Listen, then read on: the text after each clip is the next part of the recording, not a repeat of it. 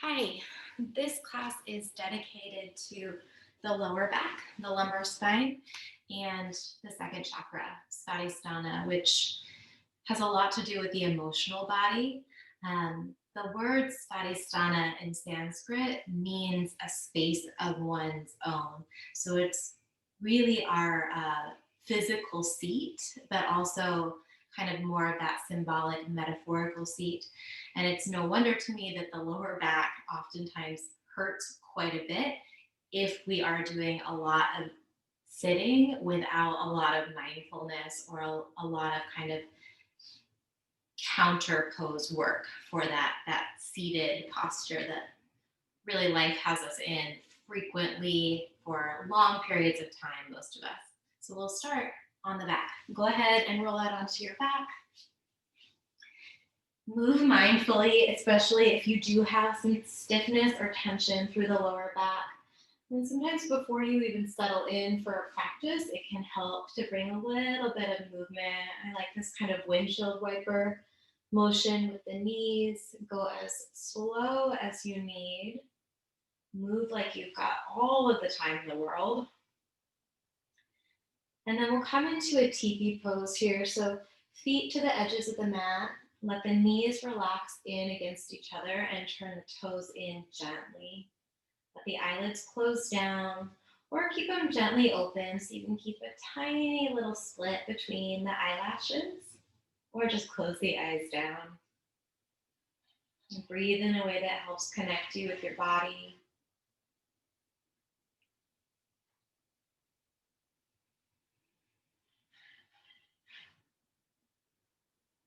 Using your inhales to draw your consciousness, your awareness down into the body.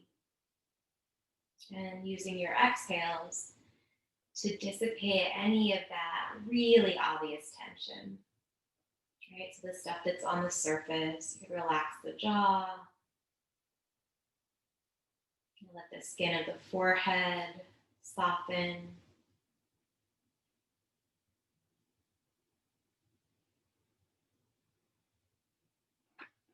Bring some softness to the shoulder blades. See if you can let the fingertips be soft as well here. If the hands or the wrists are really tense, you might have to make some circles with the wrists, rotating both directions before some of that tension will dissipate. So sometimes movement creates some spaciousness and an opportunity for the stiffness to release or to dissolve, right? We got to stir it up a bit sometimes. And other times we can just drop right into a still space and allow the stillness to do some of the work for us. And so trust your instincts around that, around whether movement is going to be more helpful and productive or stillness. And trust that it most likely will change moment to moment, pose to pose. Go ahead and walk the feet together. So heel the feet together. Give your arms that stretch over your head. Press your feet down into your yoga mat. Feel the tailbone lift a tiny bit. So the pubic bone for me is kind of drawing toward the knees here, pushing your feet down. And then do the opposite. So you're going to press the tailbone into the mat, arch the lower back a little bit here. So it doesn't have to be a big range of motion. Do that a few times. Press into the feet, tuck the tailbone, pubic bone toward your knees. Keep pushing into the feet. Press the low back down and then arch your spine. Move on your own here. Keep working with a long pattern of breathing if you can. If you know Ujjayi breath, you start to make that tiny little kind of snore-like sound on the exhale.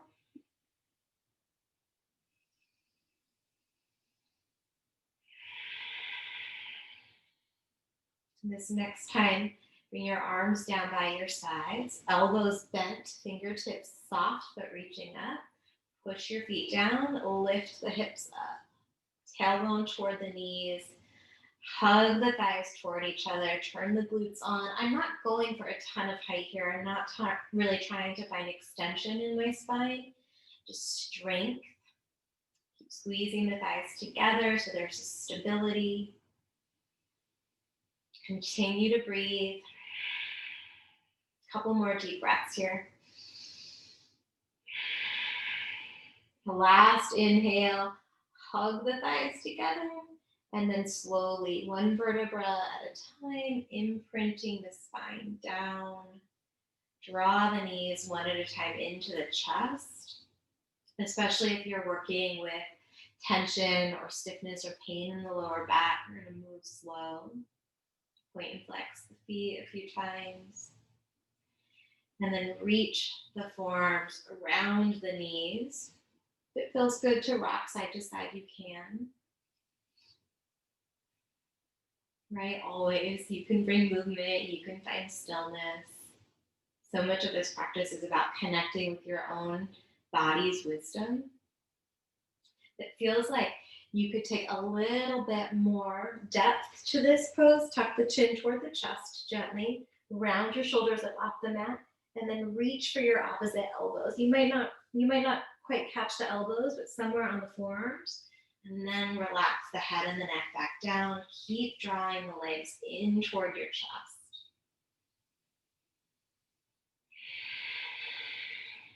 Good. Keep hold of the right knee.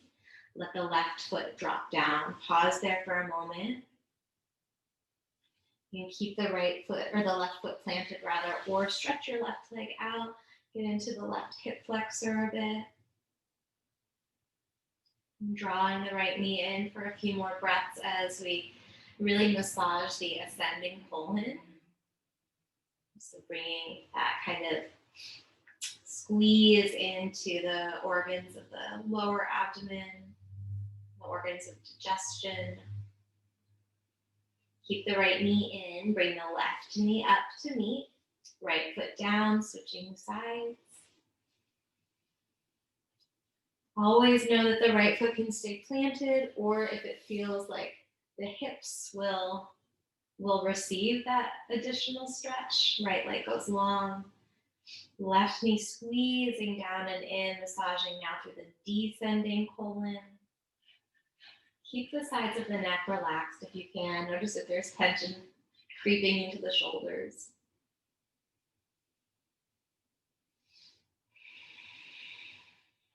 And then bring your right knee in to meet your left. Clasp hold of your kneecaps with your palms and then make little tiny circles over the sacrum. You can start to increase the size of the circles if you feel steady and stable with that range of motion. And then make sure that you switch the direction of those circles.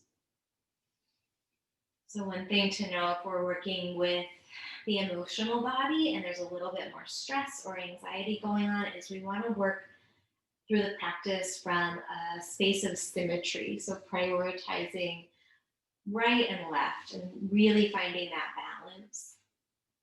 Nice. Give your legs another good squeeze in toward your chest. We're going to come into half.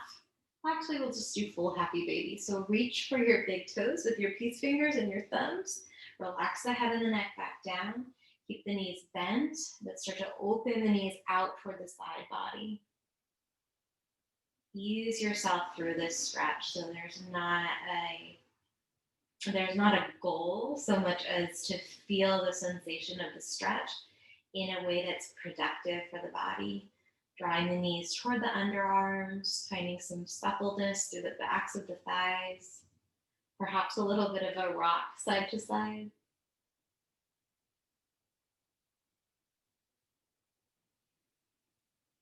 And then bring the knees back together, feet down, knees are still up. Bring your arms out to your sides with your palms face down for a bit of support. I'm going to hug the inner seams of my legs together and then take a little bit of a moving twist. Keep squeezing the inner seams of the legs together.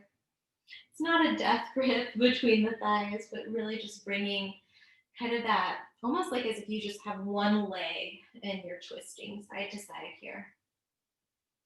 Feeling the twist through the obliques, through the lower back. the outer edges of the hips. And the next time your knees are on the right, go ahead and linger there for a moment.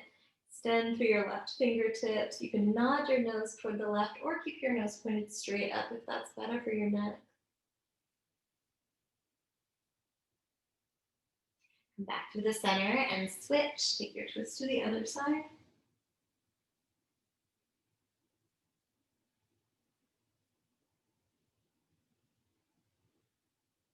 Come back through the center. You're gonna let the knees drop all the way over to the right. Roll onto your right side. You can use your right arm as a little pillow here. Just this moment that's really tender and supportive for your body, for whatever it's been through, whatever it's going through. And then from there, press up to a seat. Work your way to your hands and your knees. Be specific about your foundation here, your shins, your knees underneath your hips, and your wrists underneath your shoulders.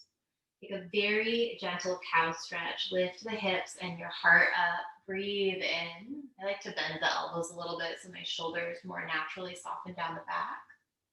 And then round your back as you exhale. Look down, coming into cat pose. Really press the mat away. Back into cow. Breathe in, hips and heart lift. Little pause at the top. Cat, round your back, tuck your chin toward your chest and push the mat away with your hands and your shins. 2 more times. See if you can move with your breath slowly. I'm feeling that little bit of squeeze in the navel when you come into your cat stretch. And that stretch across the collarbones for cow. One more good cat here. And then walk your hands back toward your knees. You're going to sit down onto your heels for a moment. Bring your palms to your thighs. Loop the shoulders up toward your ears. Breathe in and then release the shoulders down your back as you exhale. Do that a couple times. Rounding on the inhale. And exhale to lower the shoulders down. Good. Come back to the hands and the knees. Walk the fingertips even farther forward. Draw the knees wide. We're going to press back to an extended child's pose. Big toes are close together. Sink your hips back towards your heels. Relax the forehead all the way down if you can. And then slowly nod your head side to side. So you're massaging through the brow center. I always like to say when you're following along with the video or something, as much as you possibly can, don't try and look at the screen. It's totally cool if you end up doing something a little bit different, if you interpret the instructions a little bit differently. It's much better to be able to stay present in your body than, coming in and out because you're trying to look at a screen.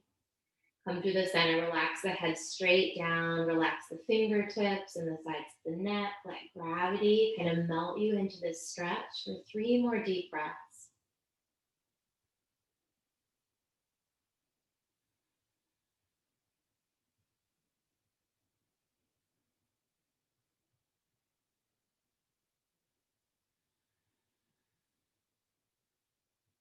On an inhale, you're going to slide all the way forward onto your belly. I like to use my forearms for a little bit of support coming into this.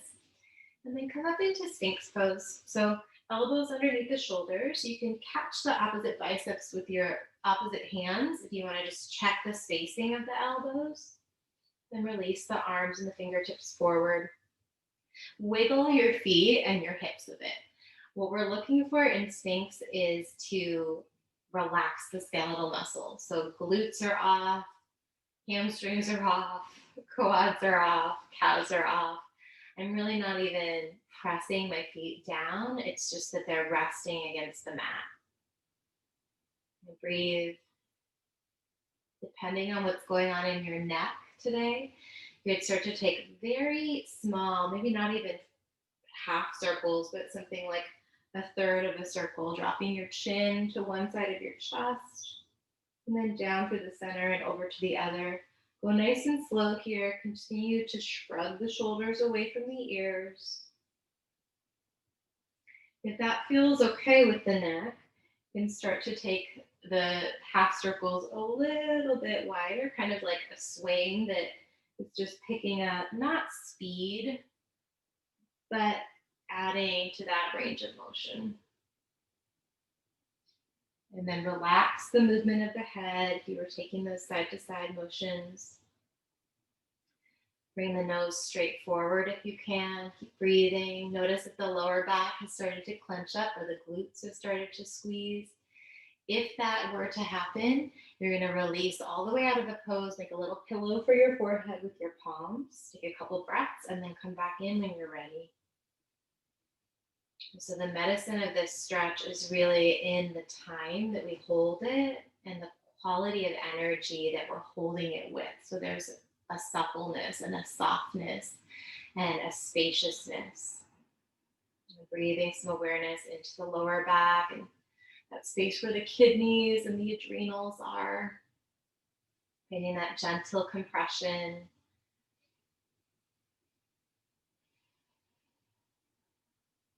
And just energetic detox for really that kind of fight or flight part of our nervous system. And perhaps even closing the eyelids down for another few breaths. Keep lengthening the crown of the head away from the sternum. And then notice if the shoulders are hunched into the ears. Press the elbows down into the mat to kind of like a turtle coming out of the shell there. Lengthen your neck. Last handful of breaths. If you feel still really relaxed through the lower limbs, you can take it up into seal, bringing your hands toward the edges of the mat. Sometimes I like to actually grip the mat with my hands. It can be just a different kind of way to find traction. We don't do a lot of pulling or grabbing in yoga unless we're binding. We just do a lot of pushing, right? A lot of pushing the earth away with the hands or the knees or whatever.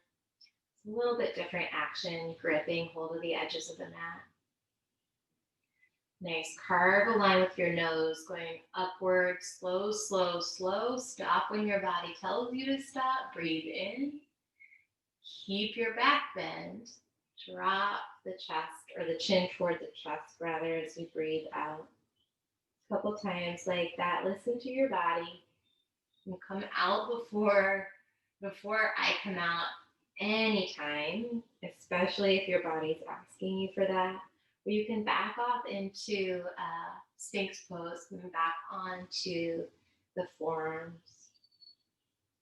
If you're still in the back bend, one more inhale, lift the nose, and then very slowly release all the way down. I'm going to reach my arms out in front of me. You can absolutely make that same pillow with your forehead, with your hands, and relax the forehead down. Either way, just breathing here, feeling the body settle. Those back bends, when we extend the spine, it can be a little activating for the nervous system, so bringing the energy back down.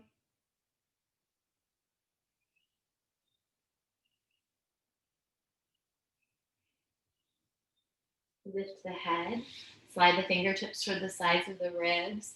Bring your feet together here. We're going to come up into Cobra. I'm not trying to go really high this time, but activate the legs. Push your feet down into your yoga mat. Lift your chest up. Shoulders away from the ears, elbows toward each other. Big breath in. And then release it down on your exhale. Make a pillow for your forehead with your hands. Push the pubic bone down into the mat. Keep pressing your feet down, keep pushing your hips down. You're going to keep the left leg straight and lift the left heel up. So it might not come up high at all. You're not lifting the hips. Keep the hip point down. Use your hamstrings and your glutes to lift the leg up. The pelvis is heavy into the mat here. Release the leg and then switch. We'll keep pressing the front of the hips downward, pressing back through your right heel. Glutes are on, hamstrings are on. Lower the foot. We're going to do both legs at once. So bring the legs together, hug them together. Keep the inner edges of the feet connected, the inner edges of the thighs connected. Don't expect a ton of height, just lift up. So this is called partial locust pose. Keep lifting the legs, bring the arms toward the sides of the body. Palms can face either direction, whatever feels natural for your shoulders. Lift the arms up and behind the body if you can. Nice. Breathe in, release, long exhale. Wiggle the hips out, take a moment there, and then press back into a narrow-kneed child's pose. Keep the knees together, and the hips up and back. You can absolutely separate the knees if that feels better in your body.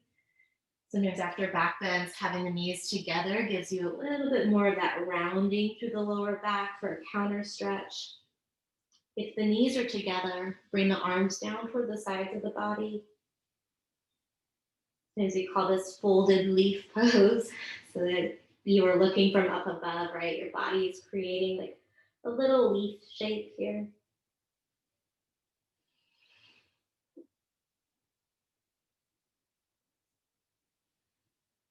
Lift your head, your neck. Work your way to a seated position with the legs out in front of you. Take a moment, bend the knees, wiggle it out a bit. Come into Janshu Shirshasana, so half butterfly. Keep the left leg long, bring the sole of your right foot to the inside of the left thigh. Take a moment here. We were in a lot of back bends and some forward folds, and just kind of getting your bearings in your body, present as you reach the arms up overhead. Stretch out. Keep the torso lifted. Reach the fingertips forwards. My back is still straight and strong here. Pressing the fingertips forward. Hinge through the hips. So I'm going to reach as far forward as I can with that hinge in the hips, and then allow the body to forward fold. Allow the head to drop down. Let your arms rest wherever they land. And breathe those really deep inhales down into the lower back, down into the back bottom side of the ribs and the lungs.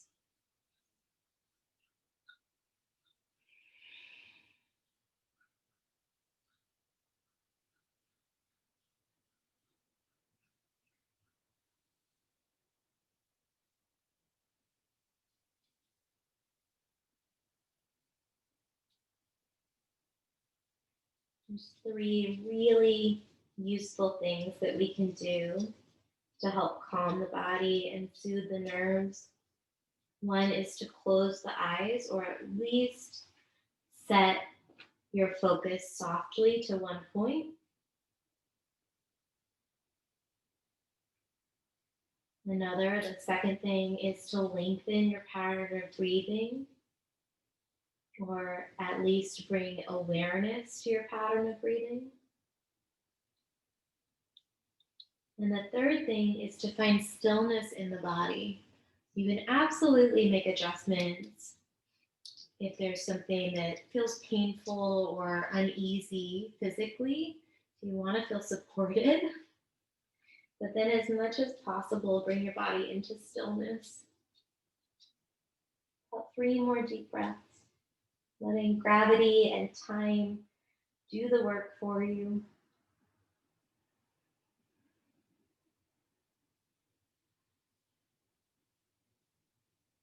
And then when you're ready to come out, same slow movement. So it's communicating safety to your body. If you move slow, you have enough time to respond skillfully to any feedback. And then we'll take a twist. Bring your left hand toward your right knee, right fingertips back behind you. We're not going for a huge range of motion here, just a bit of a counter stretch. Lift your chest up, and then slow rotation.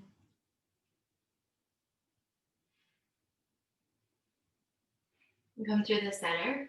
Bring your hands outside of your left leg, that extended leg. Let your right hip and knee lift up as you bend the elbows. Work into that counter twist. And then we'll switch sides, right? So we're moving from a space of symmetry, not expecting the experience to be identical. So we're going to give both sides of the body similar treatment, similar opportunity, but meet the stretch from where we're at. So it'll feel different on the right than the left, more likely than not. Extend the spine long here, reaching all the way through the fingertips, reaching past the crown of the head. Keep the spine long, reach the fingertips forward. Spine is still long, hinge through the hips as you pull the fingers forward, and then relax into the forward fold. Go through that little checklist mentally, those 3 things here. Let the eyes close or the focus soften down to one point.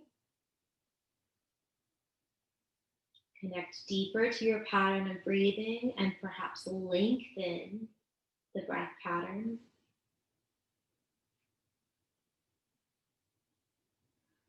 And then finally, allow the body, besides the movement of the breath, besides that kind of rocking motion of the prana as it flows in and out, allow the body to become still.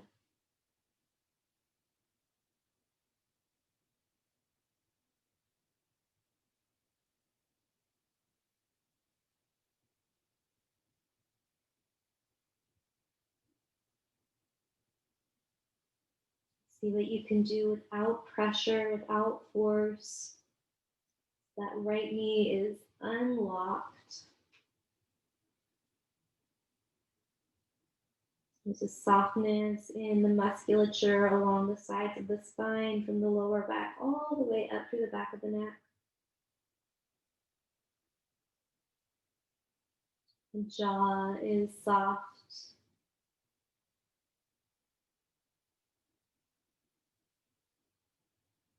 Three more deep breaths.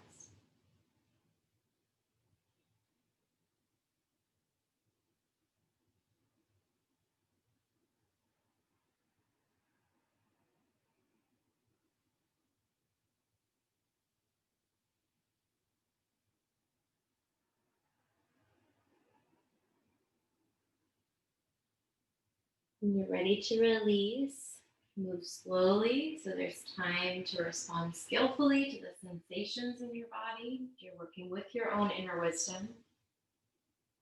Once the chest is upright and the spine is long, bring your right hand to your left knee, left hand back behind you. Gently lift the sternum and then ease yourself into that twist.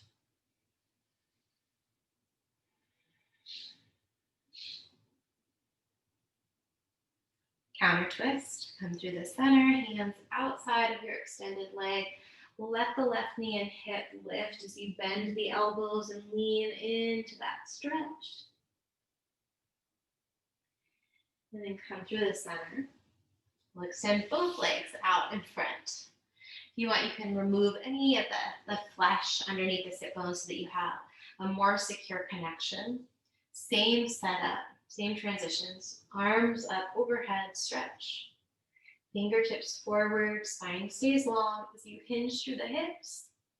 Reach, and then relax into the forward fold. I like to let my feet be relaxed here. Sometimes we teach with the feet flexed.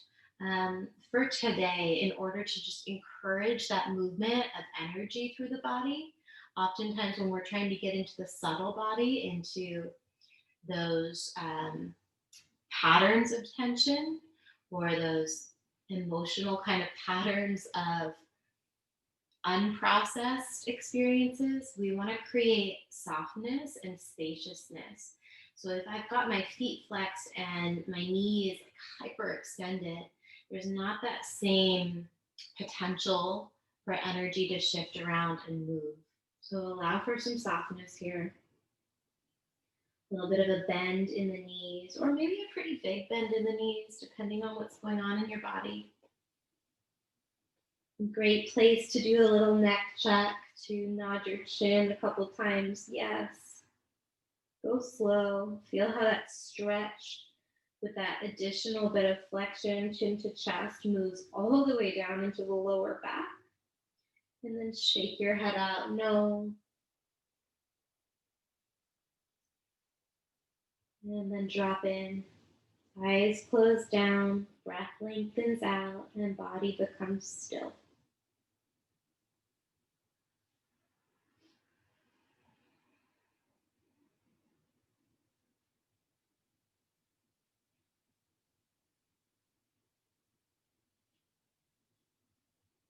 And keep following the sensation in your body as it arises and moves.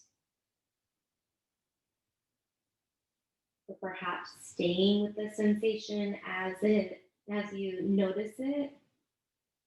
Because sometimes it doesn't really move, sometimes it's pretty localized.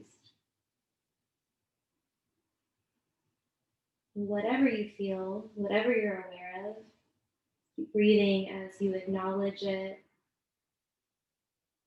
maybe even welcome it, even if it's uncomfortable or a little bit painful. And being present for whatever is.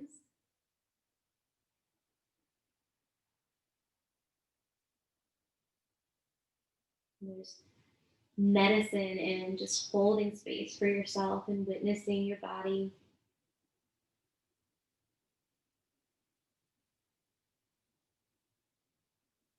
And perhaps it even makes sense here to open yourself up to any message that the sensations in your body have for you.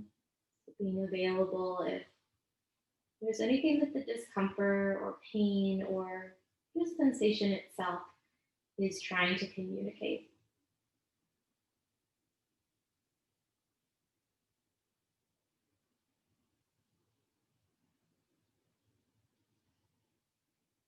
And when you're ready to come out of the pose, same gradual release, lifting the chest up. One last pose before Shavasana. We'll come into bound ankle, Baddha Konasana. So bring the soles of the feet together, knees part. I like to reach down and press the instep of my feet with my thumbs. It's a little bit of a self-massage, just a little bit of kind of reflexology, working in yoga, we would call them marma points. So these points where the channels of energy begin and end in the feet. So there's these points that correspond to different organs, different emotions, all through the soles of the feet.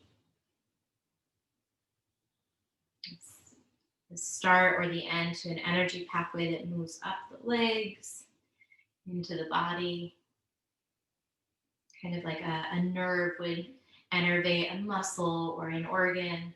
These channels of energy supply different organ tissue and skeletal muscular tissue as they move up the legs.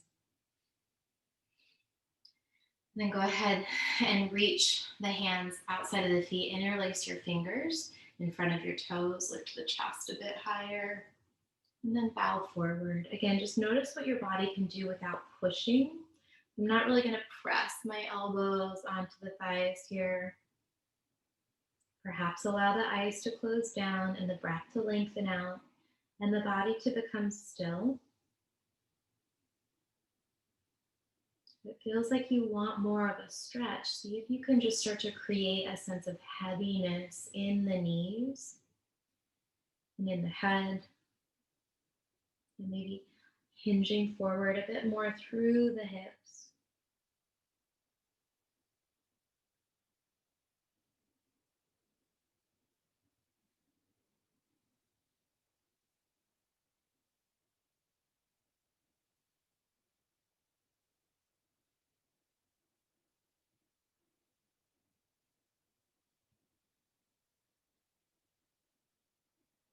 Very gradual exit, head and chest first, bringing the knees inward. I'm going to set up for Shavasana. If your body feels pretty good right now, feel free to take the traditional Shavasana where you lie down onto your back. If you're having some lower back pain still, what you're going to do is find a wall or a couch. I'm going to find a couch um, or a chair, and then we'll work into a version of legs up the wall. So I like this version with a sofa a lot. I'm gonna bring my butt right next to the couch, lie down, swing my calves up onto that seat of the couch, and then relax down. So it might be hard to see with my dark pants and my black couch here, but I've got my knees bent right over the edge of that couch cushion. There's a lot of relief for the lower back. You can play with walking the legs a little wider, maybe even coming back into that Baddha Konasana shape with the feet together here. Whatever you do, allow your upper body to soften down, perhaps pressing the back of the head down once more and shimmying the shoulders underneath your chest before you release downward. Take some time here in Shavasana, inviting your body to receive the benefit, the effort, the intention of your practice. So, it's really not a quick fix, especially if we resume our regular patterns, but it can be a very powerful tool to manage some of the discomfort, whether it's physical or emotional, or most of the time, both. Acknowledge yourself for taking some time to be present in your body, taking some time to take care of yourself. And you can stay in Shavasana for as long as you like. When you're ready to wrap up your practice, same mindful movement to release. Seal it in, if you like, with your hands at your heart. Just a moment to kind of feel into that heart space. Let it settle. Namaste. Take care of yourselves.